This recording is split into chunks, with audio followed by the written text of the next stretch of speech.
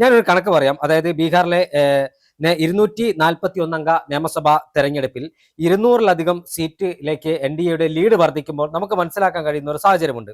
അതായത് ബീഹാറിനകത്ത് ഭരണവിരുദ്ധ വികാരമില്ല. നിതീഷ് കുമാർ സർക്കാരിനെതിരെ വലിയ തരത്തിലുള്ള ഭരണവിരുദ്ധ വികാരമുണ്ടെന്ന് ദേശീയ മാധ്യമങ്ങൾ അടക്കം റിപ്പോർട്ട് ചെയ്തിരുന്നു.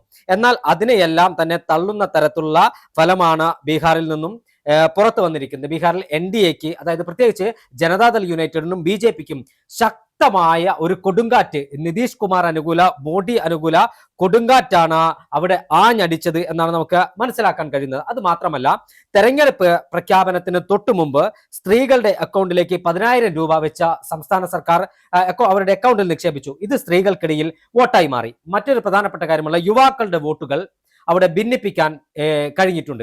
അതായത് തൊഴിലില്ലായ്മ അടക്കമുള്ള വിഷയങ്ങൾ ഉയർത്തിക്കാണിച്ചാണ് തേജസ്വി യാദവും രാഹുൽ ഗാന്ധിയും ബീഹാറിൽ പ്രചരണം നടത്തിയത്. ജെൻസിയെ ഒപ്പം കൂട്ടുമെന്നാണല്ലോ രാഹുൽ പറഞ്ഞത്. തീർച്ചയായും ജെൻസിയെ ഒപ്പം കൂട്ടാൻ കഴിഞ്ഞു, ഒരു പരിധി വരെ കഴിഞ്ഞു. പക്ഷേ വോട്ട് സ്പ്ലിറ്റായി മാറുകയും അത് NDAക്ക് അനുകൂലമായി മാറുകയും അത് മാത്രമല്ല, ഒരു പ്രധാനപ്പെട്ട കാര്യമുള്ളത്, കോൺഗ്രസ് ഉയർത്തിപ്പിടിച്ച പല വിഷയങ്ങളും, അല്ലെങ്കിൽ കോൺഗ്രസും ഇന്ത്യ സഖ്യം ഉയർത്തി കാണിച്ച പല വിഷയങ്ങളും അവിടെ ബീഹാറിലെ ജനങ്ങൾ ഏറ്റെടുത്തില്ല എന്ന് പറയാൻ സാധിക്കും.